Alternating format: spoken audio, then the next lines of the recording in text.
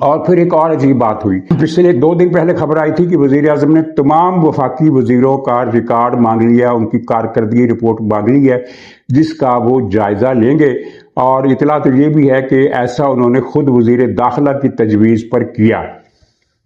لیکن یہ بات صحیح نہیں ہے، وزیر اعظم پہلے ہی فیصلہ کر چکے تھے کہ تمام وزیروں کی کارکردگی رپورٹ انہیں دی جائے دستاویزی ثبوتوں کے ساتھ، پھر وہ فیصلہ کریں گے کہ کس کی کارکردگی ٹھیک ہے، کس کی کارکردگی صفر ہے، اس کو فارغ کر کے کوئی نیا وزیر لائیں گے اس کی جگہ۔ اس طرح کی اطلاعات تھیں، لیکن وزیر داخلہ نے ایک عجیب مطالبہ کر دیا، انہوں نے کہا ہے کہ تھرڈ پارٹی سے آڈٹ کروایا جائے۔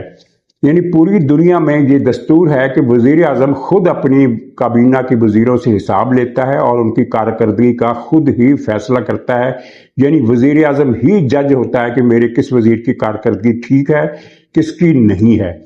لیکن وزیر داخلہ کہہ رہے ہیں کہ تھرڈ پارٹی کو یہ ذمہ داری دی جائے۔ مطلب یہ ہے کہ تھرڈ پارٹی سے کیا مراد ہے؟ میاں عامر، یعنی میاں عامر کو ڈیوٹی دی جائے کہ وہ کون سا وزیر کام کر رہا ہے، کون سا وزیر کام نہیں کر رہا۔ وہ تو پھر وزیر داخلہ کو 100 میں سے 100 نمبر دے دیں گے، باقیوں کو 0 پر آؤٹ بھی کر سکتے ہیں۔ یعنی وزیر داخلہ کو کچھ پریشانی ہوئی ہے اس فیصلے سے کہ کارکردگی رپورٹ لی جائے، اور یہ جو ان کی لابی ہے پچھلے دنوں اب تو دم توڑ گئی۔ اب تو وزیر داخلہ کی اپنی حیثیت بھی کچھ کمزور ہو گئی ہے، اور جیسا کہ صحافیوں سے ملاقاتوں میں ان کے چہرے پر ایک کچھ ٹینشن اور کچھ ڈپریشن اور کچھ غم و غصہ کی کیفیت نظر آتی ہے، کچھ مایوسی بھی نظر آتی ہے، کچھ جھنجھلاہٹ بھی نظر آتی ہے، اور ان کی وہ پوزیشن نہیں رہی۔ لیکن کچھ دن پہلے تک ایک لابی جو ظاہر ہے جو ان کی اپنی لابی تھی، وہ یہ فضا بناتی رہی ہے کہ محسن نقوی کو وزیر اعظم بنایا جائے۔ ان کو ونڈر بوائے کا خطاب بھی دیا گیا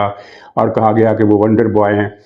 تو اگر وہ وزیر اعظم بن جاتے تو پاکستان کتنی ترقی کر سکتا تھا۔ ظاہر ہے جتنی ترقی ان کے زیر سایہ پاکستان کرکٹ بورڈ نے کی ہے، پاکستان کی کھیلوں نے کی ہے، کرکٹ نے کی ہے، اتنی ہی ترقی پاکستان بھی کر جاتا، بلکہ شاید پاکستان اس سے بھی زیادہ ترقی یافتہ ہو جاتا۔ تو یہ تو خیر، لیکن اب وہ مسئلہ نہیں رہا۔ اب وزیر داخلہ وفاقی کابینہ کے ایسے ممبر ہیں جن کو دوسرے لوگ شک و شبہ اور اجنبیت کی نظروں سے دیکھیں گے۔ وہ اپنے کرتوتوں کی بنا پر وفاقی کابینہ میں ایک پرسنا نان گریٹا بن کر رہ گئے ہیں۔ یہ صورتحال ہے۔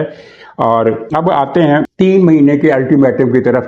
اس سے پہلے اسٹیبلشمنٹ کے ایک ترجمانی کا دعویٰ کرنے والے یا ان سے قربت کا دعویٰ کرنے والے اینکر پرسن نے یہ کہا تھا کہ وفاقی حکومت کو اور سیاسی پارٹیوں کو 6 مہینے کی مہلت دی گئی ہے، اور اگر یہ 6 مہینے تک یہ سارے کام وہ نہیں کرتے، نئے صوبے نہیں بناتے، NFC ایوارڈ ختم نہیں کرتے، یا اس میں مرضی کی تبدیلیاں نہیں کرتے، اور صدارتی نظام نہیں لاتے، تو پھر ان کی چھٹی ہی نہیں ہوگی، بلکہ ان سب کو اڈیالہ جیل میں بند کر دیا جائے گا نیب کے کرپشن کے کیسز میں۔ وہ پروگرام بھی بہت زیادہ ساکھ میں نقصان کا باعث بنا، بڑی بدنامی ہوئی اس سے، بڑے لوگوں نے عجیب باتیں کی، ایسی باتیں بھی کی جو نہیں کرنی چاہیے تھی۔ تو اس کے بعد اس سے اعلان لا تعلقی کر دیا گیا مختلف دوسرے ذرائع کے حوالے سے کہ نہیں، ایسا کوئی چکر نہیں ہے، یہ خبر غلط ہے۔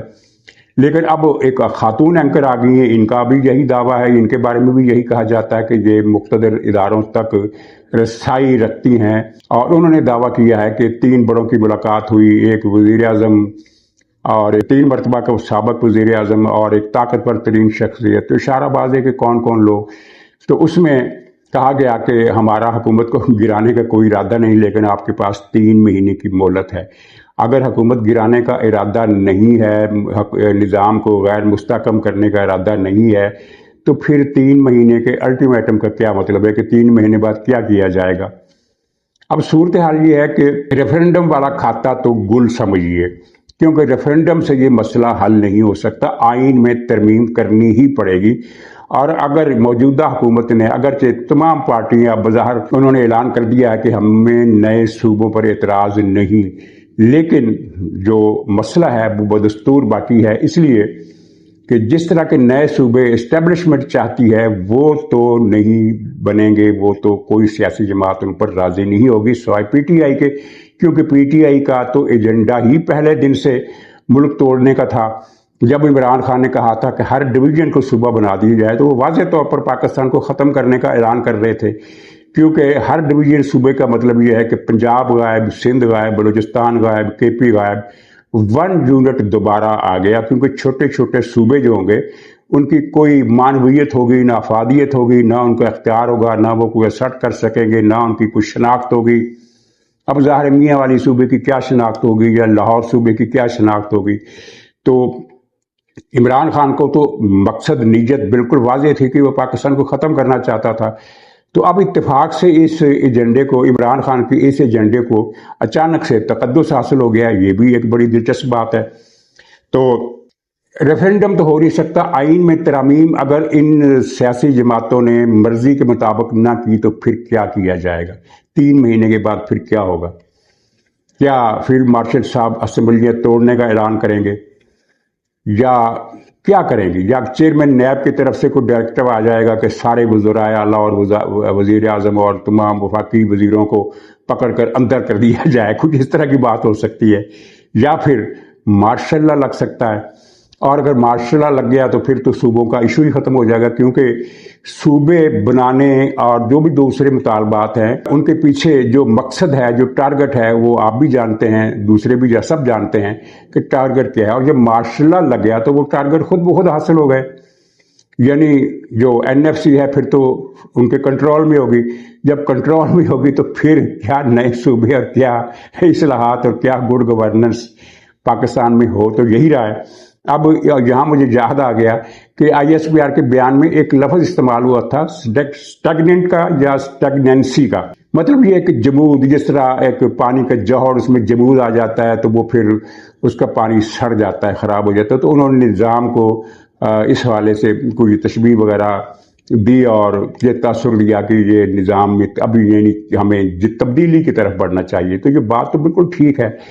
جمود، سٹیگنیشن بہت ہی مضر، خطرناک، نقصان دہ چیز ہے اور ترقی کے راستے میں رکاوٹ ہے، لیکن یہ سٹیگنیشن خیالات کی بھی ہوتی ہے۔ مثلاً کیا یہ ضروری ہے کہ جب دنیا اتنا آگے بڑھ گئی ہے، انڈیا کتنی ترقی کر گیا ہے، بنگلہ دیش کتنی ترقی کر گیا ہے، ترکی کتنی ترقی کر گیا ہے، سینٹرل ایشیا میں آزاد ہونے والی وسط ایشیائی ریاستیں کہاں سے کہاں پہنچ گئی، اور تو اور نیپال اور سری لنکا جیسے ملک بھی پاکستان کے مقابلے میں ترقی یافتہ ممالک کی فہرست میں شامل ہوتے ہیں۔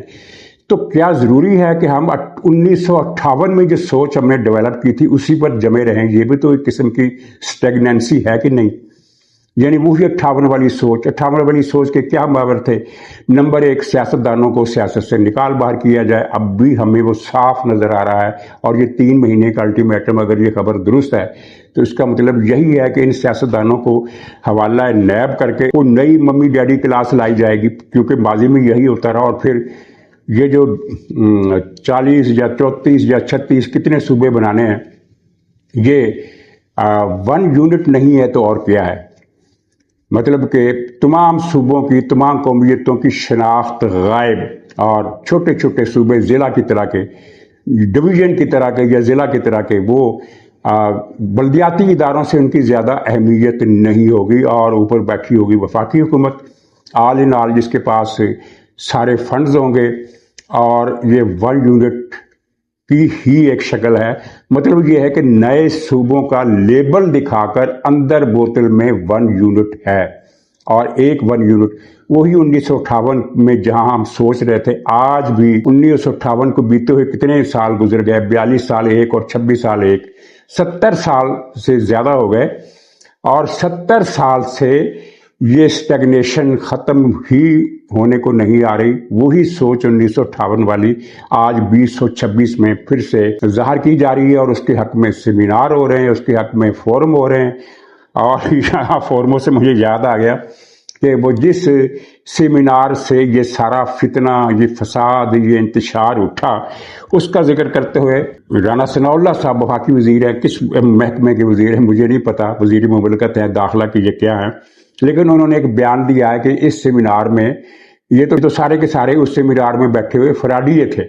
یہ میں سمجھتا ہوں کہ بڑا سخت زیادتی والا بیان ہے، فراڈیے، یعنی وہاں پر اگر 200 آدمی بیٹھے ہوئے تھے تو 200 کے 200 تو فراڈیے نہیں تھے، ان میں 20% فراڈی ہوں گے، زیادہ سے زیادہ 25% ہوں گے، اس سے زیادہ تو نہیں ہوں گے، مطلب کہ دوسرے لوگ بھی تو اس میں تھے نا، مثلا 20-25% ڈکیت تھے، اب آپ نے ڈکیتوں کو بھی فراڈیا کہہ دیا، 20-25% چور تھے اور کرپٹ تھے، طرح طرح کے ان پر الزامات ہیں کہ وہ ٹیکس چور ہیں، وہ فراڈ کرتے ہیں، وہ 1 ارب روپے کو لے کر 1 ارب روپے کا منافع کما لیتے ہیں 1 روپے کی سرمایہ کاری کی عوض۔ تو سارے فراڈی تو نہیں ہے نا، یعنی فراڈیے بھی ہیں، ان میں چور بھی ہیں، ان میں ڈکیت بھی ہیں، ان میں ٹھگ بھی ہیں۔ تو رانا صاحب نے سب کو ہی فراڈیا کہہ دیا، یہ سخت زیادتی کی بات ہے اور ان کو ایسا بیان نہیں دینا چاہیے تھا۔ تو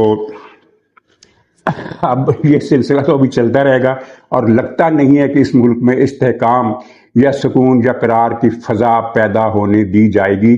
جو موڈ نظر آ رہا ہے، کبھی محسن نقوی، کبھی کوئی خاتون اینکر، کبھی کوئی مرد اینکر، اور ظاہر ہے ان لوگوں کی اپنی کوئی اہمیت نہیں ہوتی کہ یہ ملک کے معاشرے میں یا ملک پر کوئی اثر انداز نتیجہ پیدا کر سکیں، لیکن یہ جہاں سے پیغام لاتے ہیں وہ چیز اہم ہے۔ تو اس پر چلتا رہے گا سلسلہ۔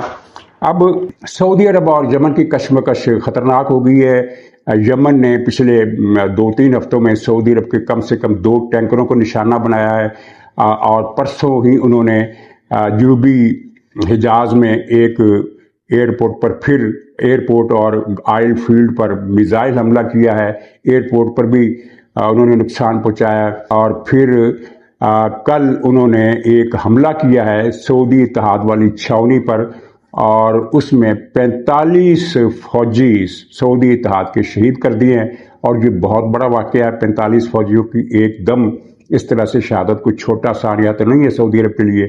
اب اسی تناظر میں فیلڈ مارشل اور وزیر اعظم شہباز شریف صاحب سعودی عرب پہنچ گئے، جہاں ان کے وہاں مذاکرات بھی ہوئے۔ ان کے مذاکرات میں کیا طے ہوا، یہ اندر کی خبریں آتے آتے ٹائم لگے گا، اور آپ کے علم میں ہے کہ یہ خبریں پوری طرح سامنے نہیں آتی، بلکہ چھن چھن کر اور ذرائع کے حوالے سے آتی ہیں، مکس قسم کی اطلاعات ہوتی ہیں، کچھ ان میں صحیح ہوتی ہیں، کچھ ان میں اندازوں پر مبنی ہوتی ہے۔ بہرحال جو بھی نتیجہ نکلے گا اور سامنے آ جائے گا، لیکن جو چیزیں سامنے ہیں وہ یہ نظر آ رہی ہیں، جس طرح عالمی نیوز ایجنسیاں اور اخبارات لکھ رہے ہیں کہ سعودی عرب چاہتا ہے کہ حوثیوں کے مقابلے میں پاکستان سعودی عرب کی مدد کرے۔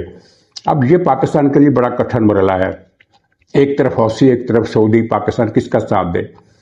اگر حوثیوں کا ساتھ دیتا ہے تو سعودی عرب سے ناراضگی ہوتی ہے، اور اگر سعودی عرب کا ساتھ دیتا ہے تو ایران ناراض ہو جائے گا، اور ایران کی ناراضگی کہ فی الحال جو زمینی حقائق ہیں وہ سچائی سے ایمانداری سے بتا دینی چاہیے۔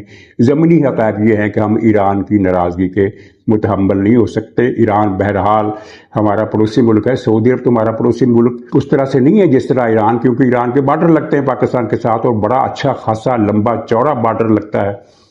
تو میرا خیال ہے شاید پاکستان کی کوشش یہ ہو کہ مذاکرات کے حوالے سے، مذاکرات کے ذریعے کوئی نہ کوئی مصالحت کرا دی جائے، تاکہ ساتھ دینے یا نہ دینے کی آزمائش سے بچا جا سکے۔ اور اس بارے میں یہ جو ہرمز پر کوئی معاہدہ اگر طے پا جاتا ہے تو پھر اس کو آگے بڑھانے میں آسانی ہو سکتی ہے، لیکن بعض ذرائع کا کہنا ہے کہ ایران حوثیوں کو سیز فائر پر آمادہ کرنے کے لیے تیار نہیں ہوگا۔ وہ گلف میں امن پر تیار ہو جائے گا، لیکن حوثیوں کو اس کا اشارہ رہے گا کہ وہ لگے رہیں، اور وہ جب لگے رہیں گے تو پھر پاکستان کے لیے کچھ پریشانی پیدا ہو سکتی ہے۔ ناظرین اجازت دیجیے، انشاءاللہ اگلے ولاگ میں پھر ملاقات ہوگی، تب تک کے لیے خدا حافظ۔